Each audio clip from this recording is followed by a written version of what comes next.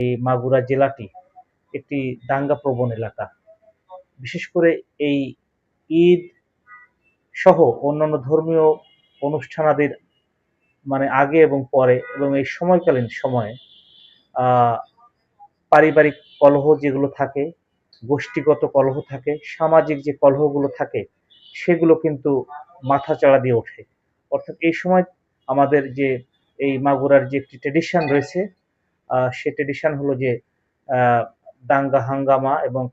কাজিয়া যেটিকে বলে এখানকার স্থানীয় ভাষায়, সে কাজের একটি প্রবণতা আছে। তো সেটি রোধকল্পে আমরা বেশ কিছুদিন আগ থেকেই আমরা তাদেরকে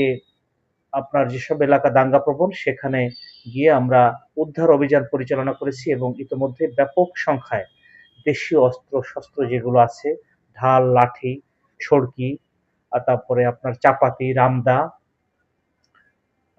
এই জাতীয় যে দেশীয় অস্ত্র নিয়ে তারা কাজিয়ায় লিপ্ত হয়, সেগুলো আমরা ব্যাপক পরিমাণে উদ্ধার করেছি এবং আমাদের এই অভিযান চলমান আছে এবং আমরা তাদেরকে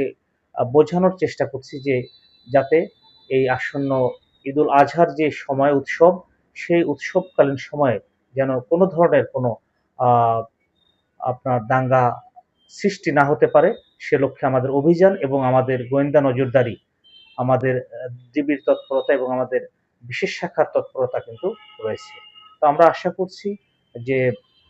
সবার সম্মিলিত প্রয়াসে মাগুরার এখানকার রাজনীতিবিদ, এখানকার সকল শ্রেণী পেশার মানুষ, সাংবাদিক, পুলিশ, আমরা যারা আছি এখানে, সবার সম্মিলিত প্রয়াসে আমাদের এই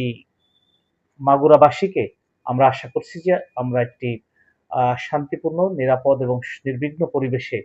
ঈদুল আজহার যে উৎসব সেটি উদযাপন করতে সক্ষম হব।